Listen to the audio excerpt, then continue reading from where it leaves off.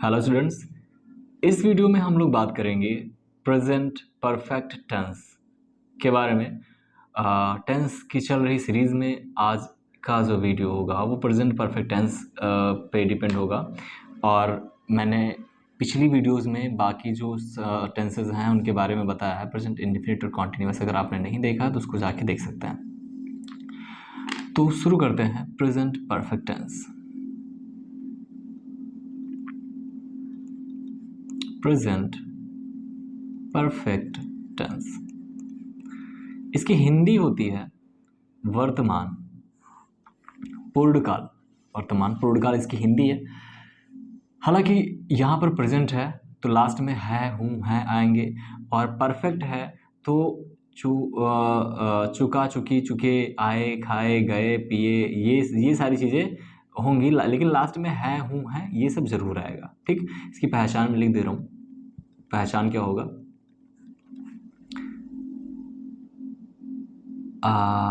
या है, ई है, आ हूँ, चुका है, चुकी है,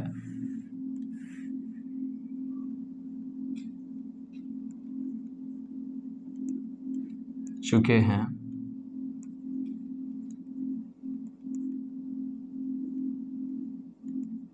आदि।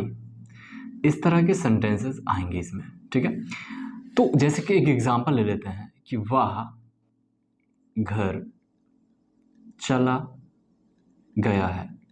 वह घर चला गया है, वह घर चला गया है। अब यहाँ पर जो काम है जाना वो पूरा हो चुका है और लास्ट में या है आया है, अर्थात ये प्रेजेंट परफेक्ट टेंस में है। अब हम बात करते हैं प्रेजेंट परफेक्ट टेंस के सेंटेंसेस को कैसे इंग्लिश में कन्वर्ट करेंगे। तो जैसा कि हमें पता है कि affirmative, negative, interrogative, interrogative negative, 4 तरह के सेंटेंसेस होते हैं जिनकी इंग्लिश बनानी होती। तो अफर्मेटिव सेंटेंस पहले हम शुरू करते हैं। ओके, और एक बात जो हम हमेशा कहते हैं वो कॉमन है कि सेंटेंस जो होता है उसका एक स्ट्रक्चर होता है subject plus verb plus object. सबके साथ होगा सब्जेक्ट, वर्ब प्लस ऑब्जेक्ट। अब हेल्पिंग वर्ब अगर यूज होगी तो हेल्पिंग वर्ब की हम यहाँ पर हेल्पिंग वर्ब लगा देंगे। ठीक है, यहाँ पर सिंगुलर अगर सब्जेक्ट है, सिंगुलर सब्जेक्ट, सिंगुलर सब्जेक्ट कौन कौन से होते हैं? ही, शी, इट या फिर नेम, एक नाम आएगा तो वो सिंगुलर सब्जेक्ट होता है। और इनके साथ में हम हेल्पिंग वर्ब हैज का यूज करते हैं। और प्लूरल सब्जेक्ट आएगा अगर सब्जेक्ट हमारा प्लूरल है। सब्जेक्ट कौन है? सब्जेक्ट है जैसे कि वह, ये सब्जेक्ट है, या फिर जिसके बारे में बात कही गई है, जिसके बारे में सेंटेंस को लिखा गया है, वो हमारा हो जाता है सब्जेक्ट। ठीक है, अब यहाँ पर वह सब्जेक्ट है।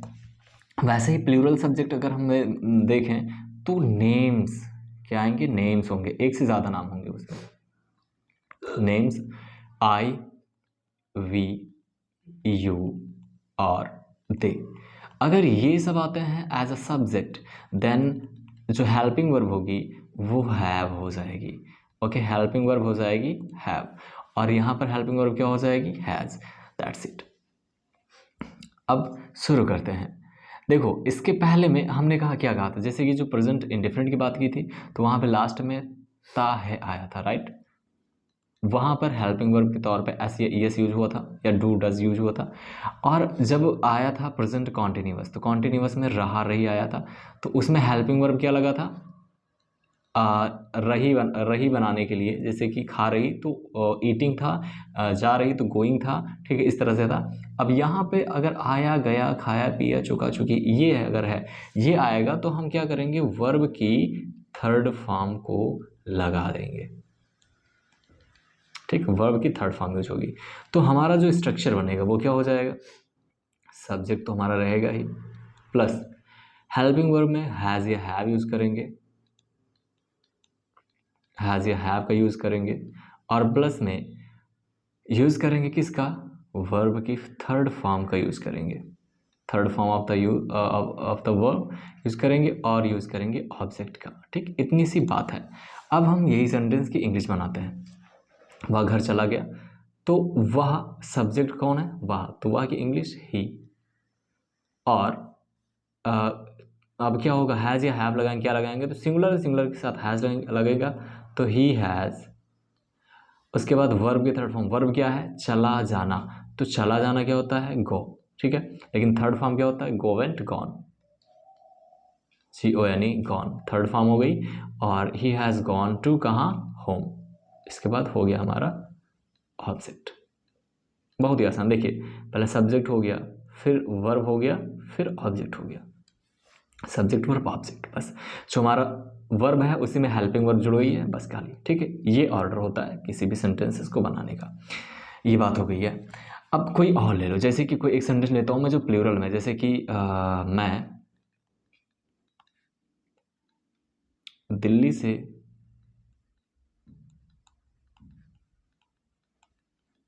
घर वापस आ गया हूँ। घर वापस आ गया हूँ, मैं दिल्ली से घर वापस आ गया हूँ। अब अगर इसकी इंग्लिश बनाएंगे तो कैसे बनाएंगे? सबसे पहले हम क्या लिखेंगे? सबसे पहले सब्जेक्ट होगा, सब्जेक्ट क्या है? मैं, तो इसके लिए यूज़ करेंगे आई। उसके बाद हैज़ या हैव, तो प्लूरल है आई, तो इसके साथ हम यूज़ करेंगे हैव। I have. वापस आ जाना, इसके बाद क्या होगा? इसके बाद होगा वर्ब की थर्ड फॉर्म, तो वापस आने क्या होता है? रिटर्न, बट थर्ड फॉर्म तो रिटर्न। आई हैव रिटर्न, मैं वापस आ गया हूँ। I have return to home, मैं घर वापस आ गया हूँ। फ्रॉम दिल्ली,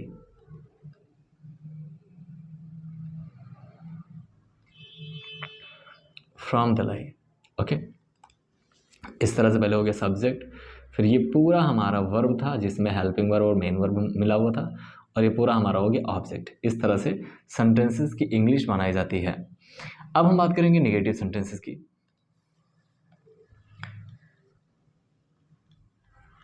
तो प्रेजेंट परफेक्ट टेंस चल रहा है, जैसा कि पता है आपको, और इसमें हम बात करेंगे अब नेगेटिव सेंटेंसेस की। नेगेटिव सेंटेंसेस ऐसे सेंटेंसेस होते हैं जिसमें नहीं का यूज आता है। सेंटेंसेस, नेगेटिव सेंटेंसेस, तो नेगेटिव सेंटेंसेस में ऐसे सेंटेंस आएंगे जिसमें नहीं आता है, जैसे कि वह घर नहीं गया है, या फिर उसने खाना नहीं खाया है, वह बाजार नहीं पहुंचा है। इस तरह के सेंटेंसेस आएंगे, ठीक, जिसमें नहीं का भी यूज करेंगे। ठीक है, तो एक एग्जांपल लेते हैं। एग्जांपल के तौर पे, जैसे वह घर नहीं गया है,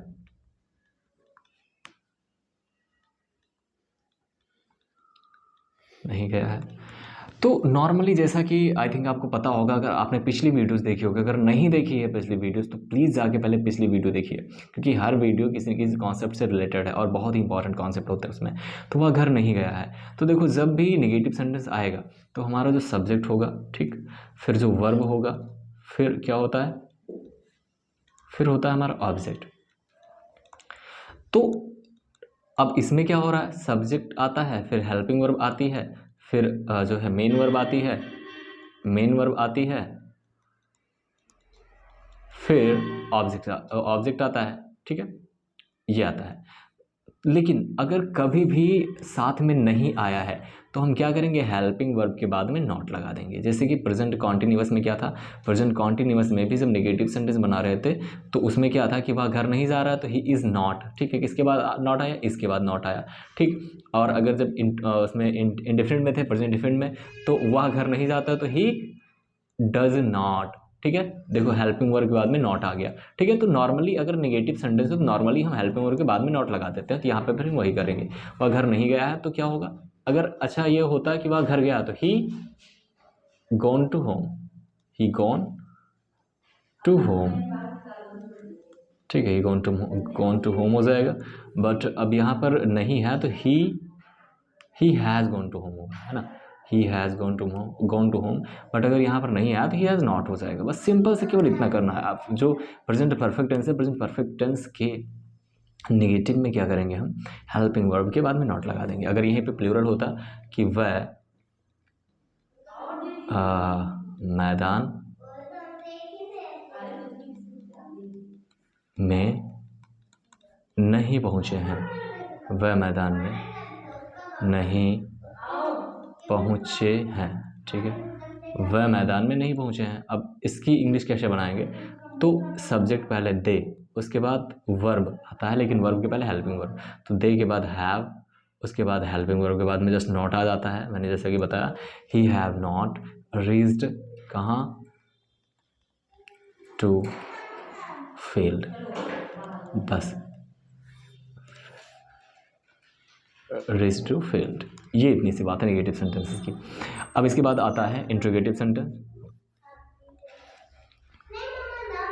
प्रेजेंट परफेक्ट टेंस के इंट्रोगेटिव सेंटेंस की बात करते हैं। इंट्रोगेटिव जैसा कि सबको पता है, नहीं पता है तो पता होना चाहिए, क्योंकि मैंने पिछली वीडियोज़ में इन सब के बारे में बात की है। तो इंट्रोगेटिव सेंटेंसेस होते हैं दो तरह के। इंट्रोगेटिव सेंटेंसेस होते हैं दो तरह के। पहला होता है यस नो टाइप और दूसरा होता है WS type. Yes no type और दूसरा होता है WS टाइप। WS type. देखो अभी अगर पीछे से आप वीडियो देखते आएंगे ना, इसके पहले वाले वीडियोस अगर देखेंगे तो उसमें जो टेंस बताया गया है सब में लगभग सेम फॉर्म, मतलब सेम कॉन्सेप्ट मिलेगा, बस केवल हेल्पिंग वर्ब थोड़ी सी चेंज हो जाती है, बाकी फार्मूला हमारा सेम है, ठीक, सेम उसी तरह से काम करता है। तो अब यस नो वाले में क्या होता है कि क्या शब्द पहले आता है, जैसे क्या, तुमने खाना खा लिया है, क्या तुमने खाना खा लिया है, क्या तुमने खाना खा लिया है। अब अगर इसकी इंग्लिश बनाएंगे तो सबसे पहले हम क्या लिखेंगे, जैसा कि पता है जब भी इंट्रोगेटिव का यस नो टाइप होता है तो उसमें हेल्पिंग वर्ब को हम पहले लगा देते हैं। नॉर्मली क्या होता है, नॉर्मली होता है सब्जेक्ट और फिर वर्ब फिर ऑब्जेक्ट, ओके। लेकिन अगर subject plus helping verb plus object होता है, लेकिन अगर इंट्रोगेटिव का यस नो टाइप है तो हम हेल्पिंग वर्ब को आगे ले आते हैं, बस helping verb plus subject plus verb plus object. तो हेल्पिंग वर्ब क्या अलग होगी इसमें, तुमने है तो यू होगा, तो यू में प्लूरल आएगा हैव, उसके बाद तुमने का क्या होगा हैव यू, उसके बाद खा लिया का क्या होगा ईटन, हैव यू ईटन क्या food, have you eaten food. बस ये हमारा हो गया करेक्ट सेंटेंस, ठीक है।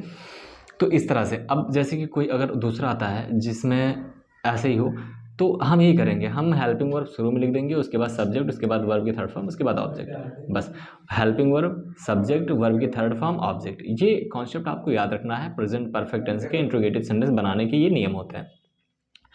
और ये तो अभी हुआ यस नो टाइप का। अब अगर हम WS टाइप में चलें तो WS टाइप को क्या कहते हैं, WS टाइप ऐसे टाइप होते हैं जिसमें प्रश्नवाचक शब्द बीच में आ जाता है। देखो यस नो टाइप सिंपल सी बात है कि ऐसे सेंटेंस होते हैं जिसका उत्तर हम हाँ या नहीं में दे सकते हैं। जैसे क्या तुमने खाना खाया, तो क्या कहेंगे हाँ या फिर नहीं। क्या तुम स्कूल गए थे, या फिर तुम क्या स्कूल गए हो, तुम कहेंगे हाँ या फिर नहीं, क्योंकि यहाँ पर क्या शब्द पहले आ रहा है। लेकिन अगर WS टाइप में जाएंगे तो WS टाइप में जो प्रश्नवाचक शब्द होता है वो वाक्य के बीच में आ जाता है, ठीक, वाक्य के बीच में आ जाता है और उसका उत्तर हम हाँ या नहीं में नहीं दे सकते।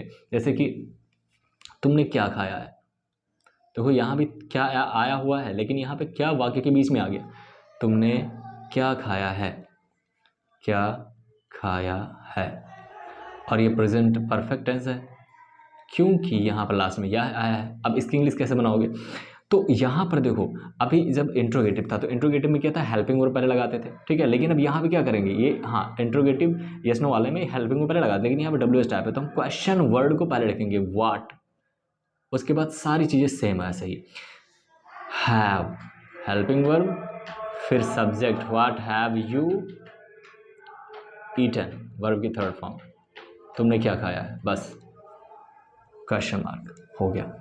और लेते हैं तुमने पानी कब पिया है,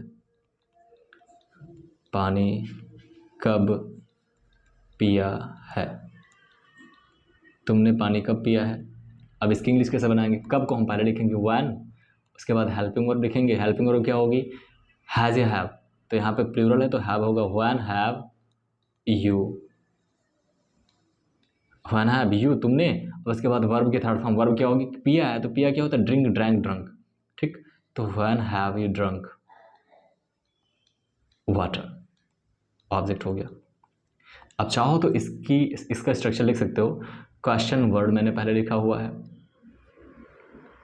क्वेश्चन वर्ड पहले लिखा हुआ है, फिर हेल्पिंग वर्ब लिखी है मैंने, फिर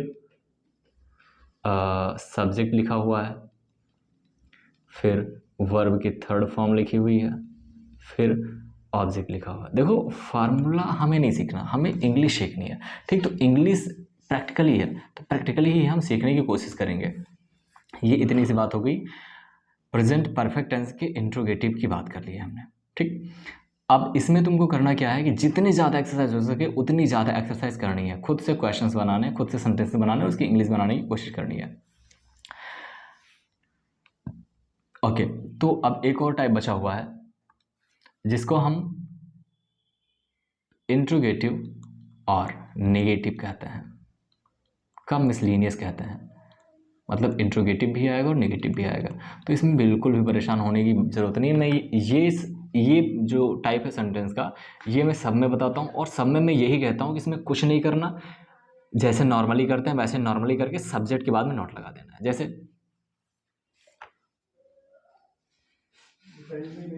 क्या तुमने कल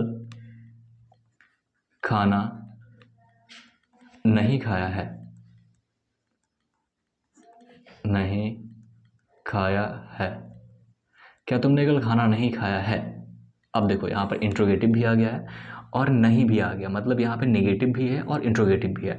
तो यहाँ पे सबसे पहले हम देखेंगे कि नेगेटिव नहीं है। मान लो अगर नेगेटिव नहीं है तो हम कैसे बनाते, क्या तुमने कल खाना खाया है, क्या करते हैं यहाँ पे हैव, ठीक है। हैव हेल्पिंग और पहले होती है, फिर उसके बाद सब्जेक्ट। देखो सब्जेक्ट वर्ब ऑब्जेक्ट ये तो एकदम रट लो दिमाग में, ठीक, कि सब्जेक्ट होगा, वर्ब होगा, ऑब्जेक्ट होगा, इसमें तो कोई छेड़छाड़ करनी ही नहीं है, ठीक। लेकिन अब अगर इंट्रोगेटिव आएगा तो हेल्पिंग में पहले आ जाएगी। तो हैव यू ईटन फूड, खाया है। अब किस कल की बात हो रही है, पास्ट वाले कल की बात हो रही है, मतलब यस्टरडे की बात हो रही है, yesterday. Have you eaten food yesterday, क्या तुमने कल खाना खाया है। लेकिन नहीं भी आया तो हम क्या करेंगे, one have you not eaten food yesterday, कहने की बस सिंपल सी बात समझिए आप, इसमें कोई चेंजिंग नहीं होनी है। बस यहाँ पे क्वेश्चन वर्ड अगर है आया है, अगर WH टाइप वाला तो पहले क्वेश्चन वर्ड लिखेंगे, अगर WH वाला नहीं है, मतलब अगर बीच में प्रश्नवाचक शब्द नहीं आते हैं तो हम क्वेश्चन वर्ड नहीं लिखेंगे, वो तो पता ही है। फिर डायरेक्ट हेल्पिंग वर्ब से शुरू करेंगे, हेल्पिंग वर्ब, फिर सब्जेक्ट, फिर इसके बाद में नॉट, फिर वर्ब की थर्ड फॉर्म लगाएंगे और फिर ऑब्जेक्ट लगा देंगे। बस इतनी सी बात है, प्लस क्वेश्चन मार्क लगाना भूलना ही नहीं क्योंकि इंट्रोगेटिव है। बस इतनी सी बात करनी है इसमें, ठीक। अब करना क्या है आप लोगों को, जितनी ज़्यादा एक्सरसाइज करेंगे ये टेंस उतना ज़्यादा स्ट्रांग होगा आपका। कोई भी डाउट अगर है तो आप हमको मेरे मुझे इंस्टा या फिर टेलीग्राम पे आप मुझसे कांटेक्ट कर सकते हैं। और फिर मिलते हैं नए वीडियो में, तब तक के लिए जय हिंद। और हाँ, एक बात ज़रूरी कि आप चैनल को ज़रूर सब्सक्राइब कीजिए, वीडियो को लाइक कीजिए और दोस्तों के पास शेयर ज़रूर कीजिए ताकि सबको फ़ायदा हो इसका, ठीक। टेंस सबको अच्छे से आना चाहिए और सपोर्ट कीजिए चैनल को। तब तक के लिए जय हिंद।